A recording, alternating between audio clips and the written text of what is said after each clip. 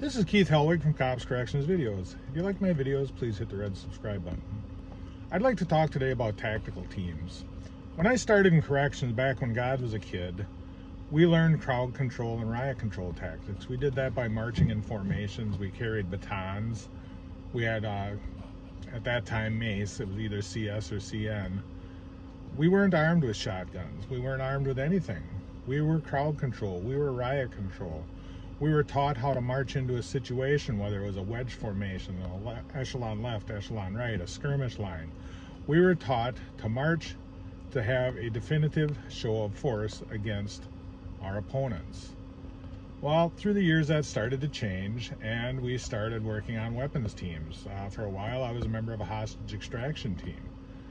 We learned how to enter rooms to take hostages, how to rescue hostages, how to deal with hostage situations. Now that was a specialized team within the institution. Another specialized team that I was lucky to be one of their first officers trained in the state of Wisconsin is I went through an FBI course on hostage negotiations. So I was a hostage negotiator for quite some time. When I promoted to captain, I went to an institution, and by that time we'd already started training on firearms, armed entry, room clearing, things of that nature. This institution, though, had a very unique way of doing things, in that they had two definitive teams.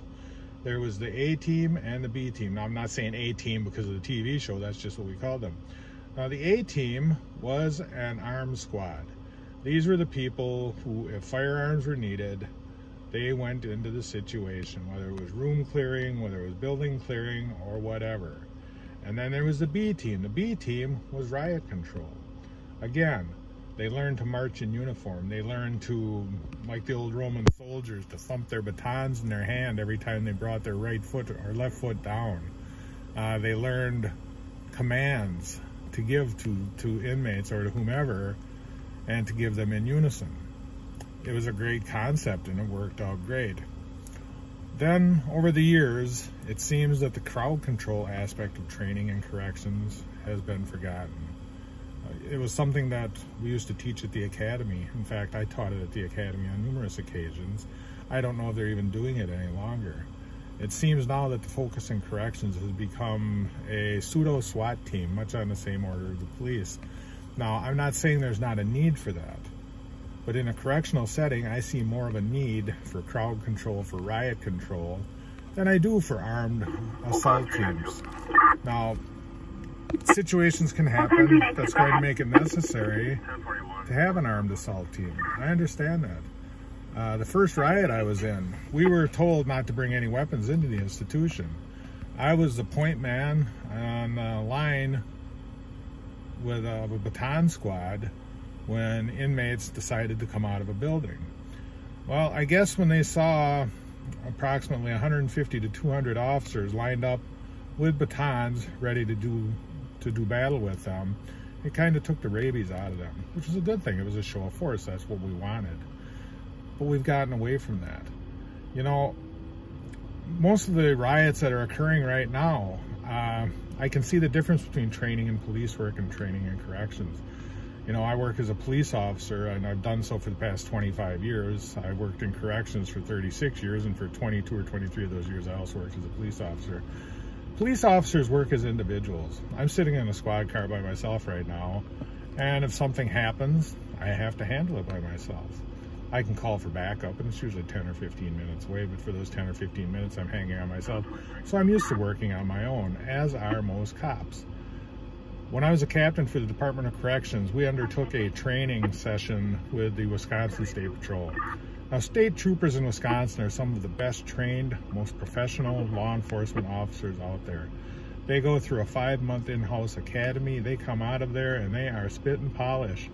When it came to crowd control, they were awful.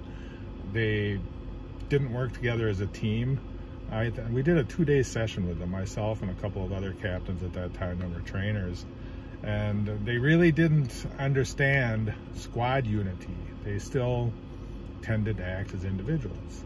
And I see that in a lot of cases now with what's going on. You know, I commend the officers that have to stand and face individuals that are throwing bottles at them. I commend them for their restraint. I condemn their leadership for making them forced to be restrained. They should be taking action. They should have training in crowd control tactics. They should have training on how to use their batons efficiently, how to use chemical agents efficiently. You know, one thing I noticed that they don't have anymore, and we had it and it worked to great effect. It was called the Protecto-Jet.